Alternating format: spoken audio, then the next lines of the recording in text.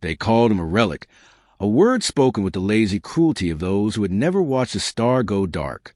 Commander Elias Ward stood alone in the outer hall of the Valorum Station council ring, listening as laughter drifted through reinforced crystal walls. The sound did not anger him. Anger required energy, and he had learned long ago to conserve what little he had left. He studied his reflection in the polished alloy floor, an aging human frame by alien architecture. His uniform patched so many times it carried more memory than fabric. The galaxy had moved forward. Elias had simply survived it. Beyond the walls, representatives of 12 species debated the escalating border incidents with clinical detachment. To them, the First Galactic War was a chapter in an archive, something summarized in footnotes and casualty statistics. To Elias, it was a permanent weight behind his eyes. He remembered the wars beginning with painful clarity. The disbelief, the rushed mobilizations, the assumption that reason would prevail. Reason had not survived first contact. Only endurance had. A chime signaled the council session's end. The doors parted, releasing diplomats and generals whose eyes slid past Elias as though he were a decorative relic mounted for historical flavor. One young officer, barely past adolescence by human standards, hesitated before him. The officer's uniform gleamed, untouched by vacuum burns or emergency sealant. "Commander Ward," the officer said, voice tight, "they've dismissed your recommendations." Elias nodded once. "They always do it first." The officer frowned. "With respect, sir, the enemy fleet movements don't match any known doctrine. Our models are failing." "Models fail when reality doesn't care about your assumptions," Elias replied. "That's usually the first sign you're already at war." The officer swallowed, absorbing words that carried no drama, only certainty. Before he could respond, alarms rippled through the station, a low vibration that Elias felt in his bones before he heard it. Lights shifted to emergency amber. The officer stiffened. "Incursion alert," a disembodied voice announced. Outer defense perimeter breached. The corridor erupted into motion. Elias did not move immediately. He closed his eyes, and for a heartbeat he was somewhere else. Crouched in the remains of a lunar habitat, counting breaths while enemy fire stitched the darkness. The memory passed, leaving behind resolve instead of fear. When he opened his eyes, the station was already changing, transforming from political monument to battlefield. The officer turned back to him, uncertainty cracking his disciplined posture. "Sir, Command wants senior advisors present in tactical. They'll want reassurance." Elias said, "What they need is honesty." They moved together through the corridor, passing species Elias had once fought beside and others he had buried. Tactical displays bloomed across the command chamber as ships vanished from sensor arrays with alarming speed. The enemy did not broadcast demands. They did not posture. They struck, vanished, and struck again, each blow precise enough to feel personal. A Kethric's admiral hissed in agitation. "Their vectors are impossible. They ignore established lanes." "They don't care about lanes," Elias said quietly. "They care about outcomes." Several heads turned toward him, irritation giving way to reluctant attention. Elias stepped closer to the display, studying patterns others dismissed as noise. He saw fear disguised as efficiency, a hunger that reminded him too much of past defeats narrowly avoided. "You're saying this is more than a raid," the admiral said. "I'm saying they're testing you," Elias replied, "and you're failing the test." Silence followed, thick and uncomfortable. Outside the station, another Allied vessel winked out of existence. The council chamber's earlier laughter felt impossibly distant now. The admiral's mandibles flexed. "And what would a relic suggest we do?" Elias met his gaze, unflinching. "Survive first," he said. "We can worry about looking modern later." For the first time since the alarms began, the room felt anchored. The war had arrived without ceremony, and the galaxy had no choice but to remember why humanity had endured it once before. This time, Elias knew forgetting would be fatal. He remained still as orders began flowing, his presence subtly reshaping the room's rhythm. Officers leaned closer, voices lowering, instinct awakening beneath layers of protocol. Elias felt the old familiarity settle over him, not pride, but responsibility sharpened by loss. He knew many here would not survive what was coming. That knowledge did not paralyze him. It focused him. Survival had never meant saving everyone. It meant saving enough that something continued. As new coordinates flared across the display, Elias inhaled slowly, committing the battlefield to memory. The council had wanted a symbol. What they had instead was a witness. And witnesses, Elias understood, were dangerous to those who preferred comfortable lies. The war had begun, and Elias Ward was done waiting for permission to endure again today. Elias Ward had learned to measure time by losses, not by hours, and the tactical chamber was bleeding minutes faster than anyone wanted to admit.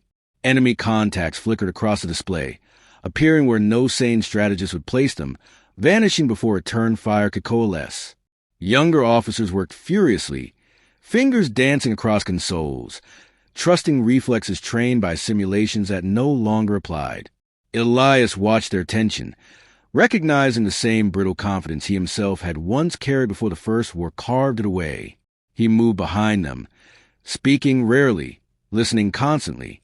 Every report told him the same story. The enemy did not fear exposure, supply depletion, or isolation. They struck and withdrew with a patience that suggested absolute certainty.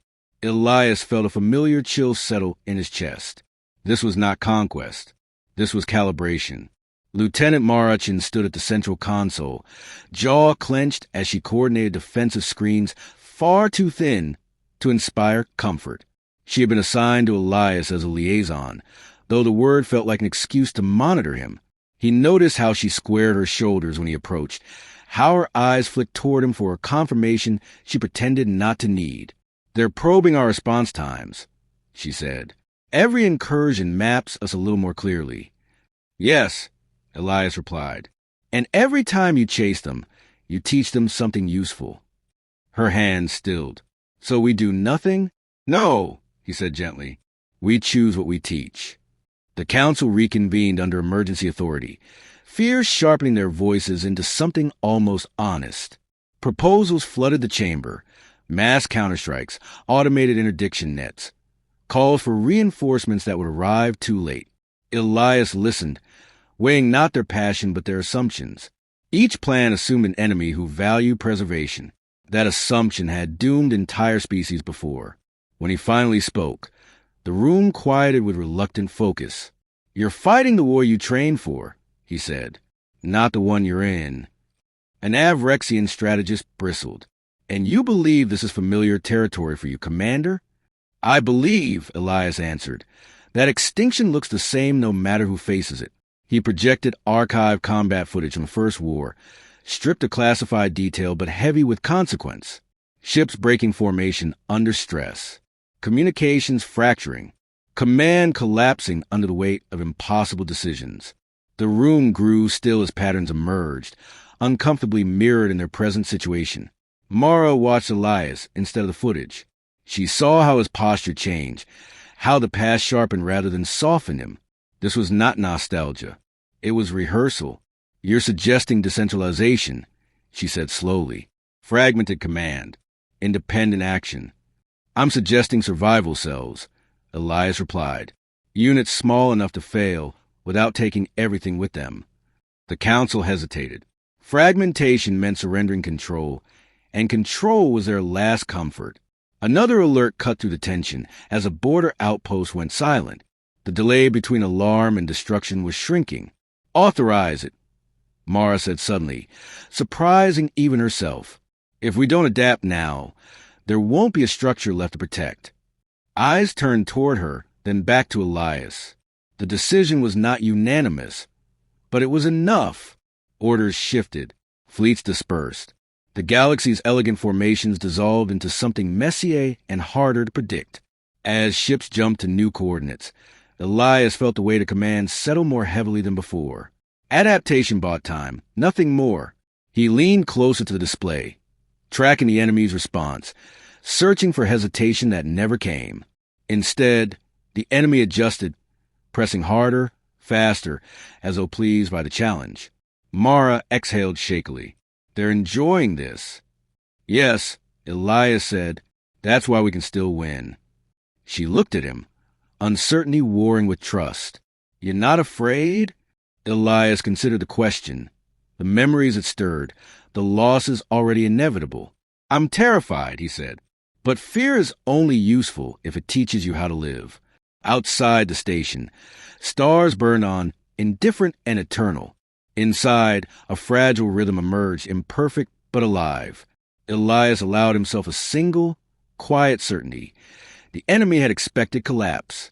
What they were getting instead was resistance that remembered how to endure, and endurance, Elias knew, was the most dangerous weapon humanity possessed. He understood the cost such resistance demanded, because it always demanded people. Names would replace numbers, and victory would arrive wrapped in mourning. Still, he stayed, guiding hands that trembled and voices that broke, because leaving was easier than enduring, and humanity had never chosen easy. As the next wave of enemy signatures appeared, Elias straightened, signaling readiness without speeches or ceremony. The battle was far from decided, but the shape of survival had returned, and that, he believed, was enough to begin. Somewhere deep within him, old scars burned quietly, not as wounds, but as reminders that survival was an active choice made daily without mercy. The enemy adapted faster than the council expected, pressing inward as scattered fleets strained under relentless pursuit. Elias Ward stood at the center of controlled chaos, issuing sparse commands that carried disproportionate weight. Each order stripped away another illusion of safety, forcing crews to act on instinct rather than permission. He watched patterns tighten, not around territory, but around morale, and he knew the enemy sensed it too. Lieutenant Mara Chen's voice cut through overlapping reports, steady despite the fatigue pulling at her expression. "They're isolating our outer selves," she said, "picking us apart." "Let them think that," Elias replied. "Isolation only matters if you stop thinking." He authorized maneuvers no academy would teach, drawing enemy forces into regions saturated with debris and signal distortion. Ships vanished from clean tactical maps, replaced by uncertainty that gnawed at predictive engines. The enemy responded with aggression, overcommitting assets to targets that refused to behave. For the first time, hesitation crept into their movements. The cost was immediate. Casualty reports arrived without ceremony, names replacing numbers too quickly. Elias absorbed each one, his face betraying nothing, his mind cataloging the price of every second gained. Mara noticed the tightening of his jaw, the way he lingered a moment longer on each loss. "You don't have to carry them alone," she said quietly. "I don't," Elias answered. "I carry them so others don't freeze." The enemy surged toward the station sector, drawn by the illusion of a vulnerable command hub. Elias allowed the perception to stand, anchoring resistance around a place that symbolized authority. He remembered a similar choice during the First War, a station held too long, paid for in blood, yet necessary to buy time for evacuation. Regret and resolve were never far apart. As the first enemy ships breached close range, panic threatened to unravel discipline. Mara issued corrections with sharp clarity, trusting Elias's silence more than reassurance. He studied the enemy's formations, recognizing a flaw born of superiority. They assumed humans would retreat when pressed. He ordered a counterthrust instead. Human vessels surged forward, damaged hulls accelerating into hostile fire with reckless precision. Boarding alarms sounded as crews fought in corridors slick with coolant and blood. It was brutal, inelegant, and effective. The enemy faltered, unfamiliar with opponents who treated survival as mutual responsibility rather than individual escape. Elias felt the battle turn not decisively, but perceptibly. Momentum shifted like gravity, subtle yet undeniable. He authorized a final gambit, collapsing multiple survival cells into a converging strike that sacrificed stealth for shock.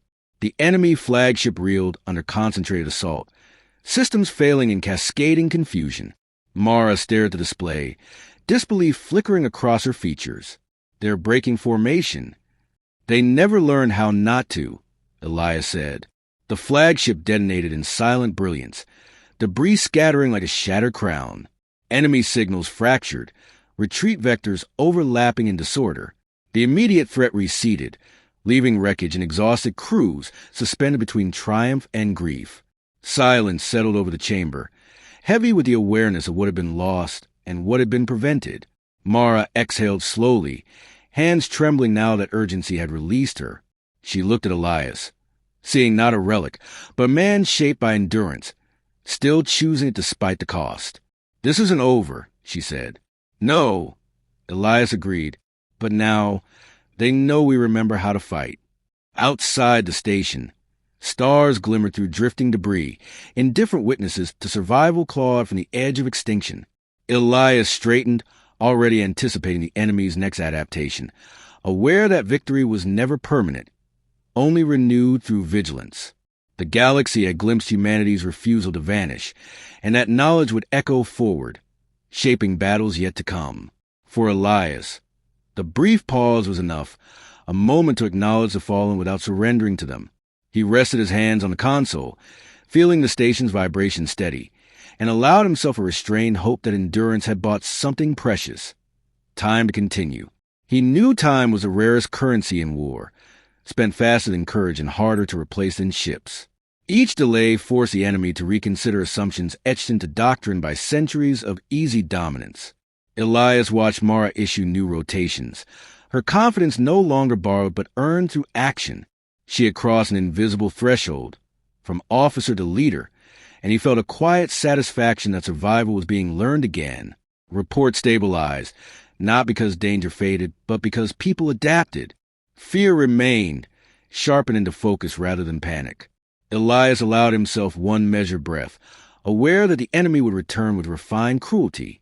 When they did, humanity would meet them not with nostalgia, but with practiced resilience, and that realization settled through the chamber like a vow. Endurance had become language again, spoken fluently by those who refused erasure despite impossible odds everywhere. The retreat was incomplete, but it was enough.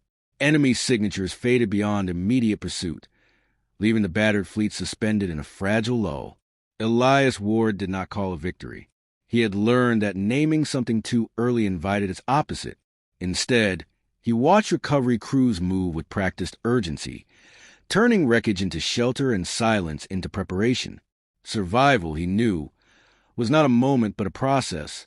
Lieutenant Marachin stood beside him at the viewport, eyes tracing the drifting debris fields.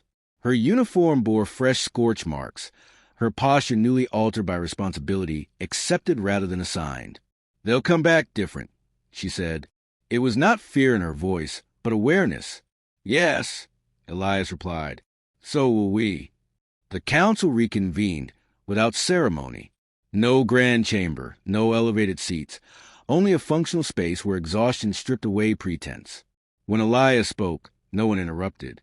He outlined losses without softening them and gains without exaggeration. The galaxy's leaders listened because denial had finally become more frightening than truth. "They expected us to collapse," Elias said. "What they found was memory. We remember what extinction demands, and we prepare accordingly." Decisions followed quickly. Supply routes hardened. Training doctrines shifted from optimization to adaptability. Survival cells became permanent structure rather than emergency deviation.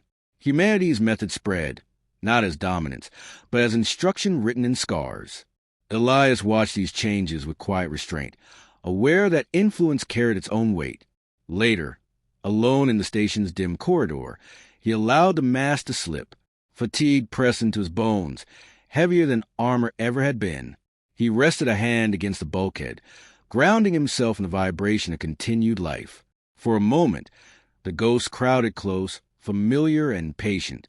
He acknowledged them without apology. They had bought this moment with everything they were. Mara found him there, hesitating before speaking. "You never told them what it cost you," she said. "They don't need my pain," Elias answered. "They need their future." She nodded, understanding settling between them like a pact. "Then teach us how to keep it." Elias met her gaze, seeing not just competence, but continuity. "You already are," he said. The station resumed its rhythm, altered but unbroken. Repairs progressed. Messages traveled outward, carrying news not of triumph, but of survival reclaimed through resolve. Other systems responded, cautiously hopeful, learning that resistance did not require perfection, only persistence. As hours stretched into days, the enemy did not return. Elias suspected they were recalculating, measuring the cost of erasing something that refused to vanish quietly. That pause was humanity's inheritance, earned through refusal to yield. He did not waste it. Plans deepened. People rested. Lessons hardened into instinct. When Elias finally stepped away from command, it was not in retreat, but in trust.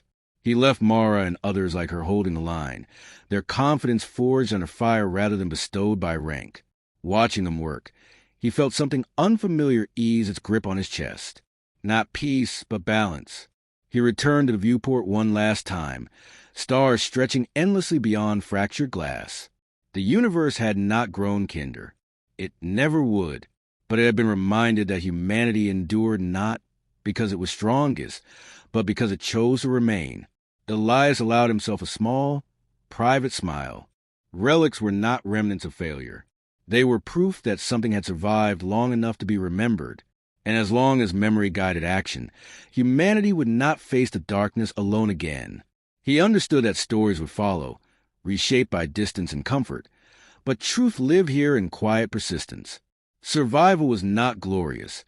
It was deliberate, repetitive, and often lonely. Elias accepted that legacy without ceremony, knowing others would refine it beyond him. The war had paused, not ended, and the galaxy balanced on lessons learned too late for some and just in time for others. As he turned to the stars, Elias felt no finality, only continuation, the steady resolve to remain present while others grew into strength. Somewhere beyond the dark, the enemy watched and learned, just as humanity did. When they returned, as all threats eventually did, they would find a species no longer waiting to be saved, but ready to endure together. This knowledge anchored him more firmly than rest ever could. He would remain until unnecessary, until endurance had multiplied enough to stand without him. That was how relics truly functioned, not as symbols, but as bridges between devastation and renewal. Elias stepped back into the station's hum, carrying forward the discipline of survival, confident that humanity's future would be written not by fear, but by those who stayed. The pause before the next storm mattered, because within it, people learned to choose endurance again, and that choice would shape everything ahead for humanity everywhere.